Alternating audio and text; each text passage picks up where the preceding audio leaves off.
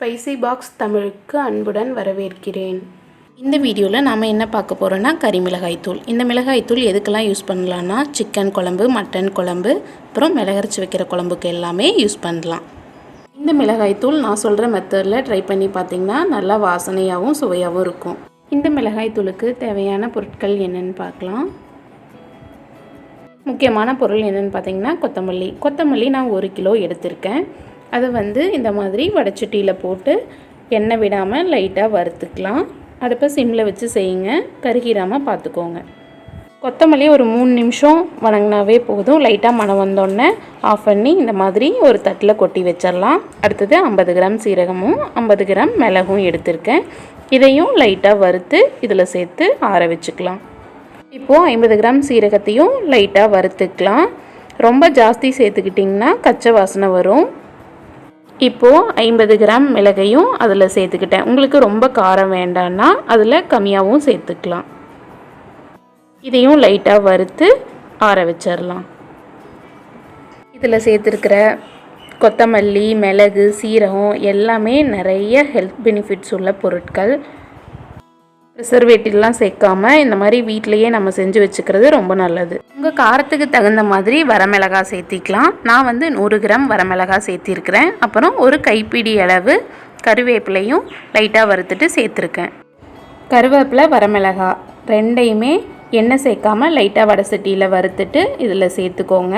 எந்த பொருளையுமே கருகாமல் பார்த்துக்கோங்க. அப்படி கருகிடுச்சுன்னா உங்களுக்கு அந்த மலோடி ஃபுல்லாகவே அந்த கருகின வாசனையாக வரும். அதனால் கறி மிளகாய் தூளோட ஒரிஜினல் ஸ்மெல்லே ஸ்பாயில் ஆயிரும். அதனால் பார்த்து கவனமாக செய்யுங்க. அகலமான தட்டில் நல்லா பரப்பி விட்டு ஆற வச்சு மிஷினில் கொண்டு போய் அரைச்சிட்டு வந்துடலாம். இப்போது மிஷினில் கொண்டு போய் நல்லா நைஸ் பவுடராக அரைச்சிட்டு வந்தாச்சு. நல்லா வாசனையாக இருக்குது. அதே மாதிரி குழம்பு வைக்கும்போது நல்லா டேஸ்ட்டாகவும் இருக்கும்.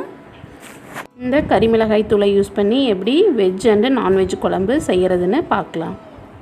ஒரு வடை சட்டியில் தேவையான அளவு எண்ணெய் ஊற்றி சின்ன வெங்காயம், பூண்டு, வரமிளகாய் 2 வணக்கிக்கிட்டேன்.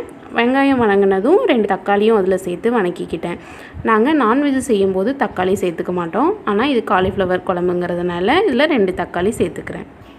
தக்காளி சேர்த்துக்கிறது உங்களோட விருப்பம்தான். தக்காளி நல்லா இந்த மாதிரி மசிஞ்சு வணங்கினதும் கொஞ்சமாக தேங்காயும் அதில் சேர்த்துக்கலாம். இப்போது நம்ம அரைச்சி வச்சுருக்கிற கறி மிளகாய் தூளையும் 2 ஸ்பூன் அதில் சேர்த்துக்கிறேன். ஸ்டவ்வை ஆஃப் பண்ணிடலாம். நல்லா ஆற வச்சு மிக்ஸி ஜாருக்கு மாற்றிக்கலாம். அதில் ஒரு சின்ன பட்டை சேர்த்துக்கிறேன். இப்போது கொஞ்சமாக சோம்பும் சேர்த்துக்கிறேன். இந்த குழம்பு நல்லா வாசனையாக கறி குழம்பு டேஸ்ட்டில் இருக்கும்.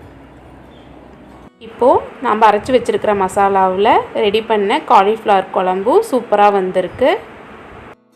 இந்த காலிஃப்ளவர் பார்த்திங்கன்னா எப்படி நம்ம நார்மலாக காலிஃப்ளவரை சுடுதண்ணியில் போட்டு க்ளீன் பண்ணிவிட்டு அதுக்கப்புறம் எண்ணெயில் லைட்டாக வணக்கிட்டு அப்புறம் நம்ம அரைச்சி வச்சுருக்கிற மிளகு அதில் ஊற்றி செய்வோமோ அந்த மாதிரி தான். அப்புறம் ஃபைனலாக நம்ம புளி தண்ணி கொஞ்சம் சேர்த்துக்கிட்டோம்னா இன்னும் காலிஃப்ளவர் குழம்பு ரொம்ப டேஸ்ட்டாக வரும். புளி சேர்க்குறது உங்களோட விருப்பம்தான். இப்போது இதே மசாலாவை யூஸ் பண்ணி எப்படி நான்வெஜ் குழம்பு செய்கிறதுன்னு பார்க்கலாம்.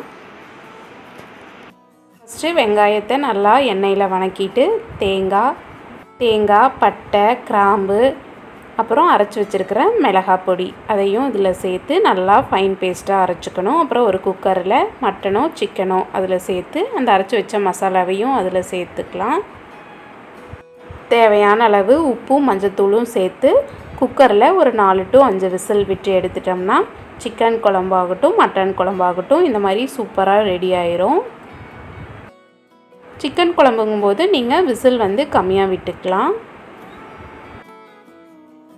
இந்த ஒரு மசாலா மட்டும் உங்ககிட்ட இருந்ததுன்னா சீக்கிரமாக சட்டுன்னு இந்த சிக்கன் குழம்பு, மட்டன் குழம்பு, அப்புறம் மிளகரைச்சி வைக்கிற குழம்பு எல்லாத்துமே சீக்கிரமாக பண்ணிடலாம்.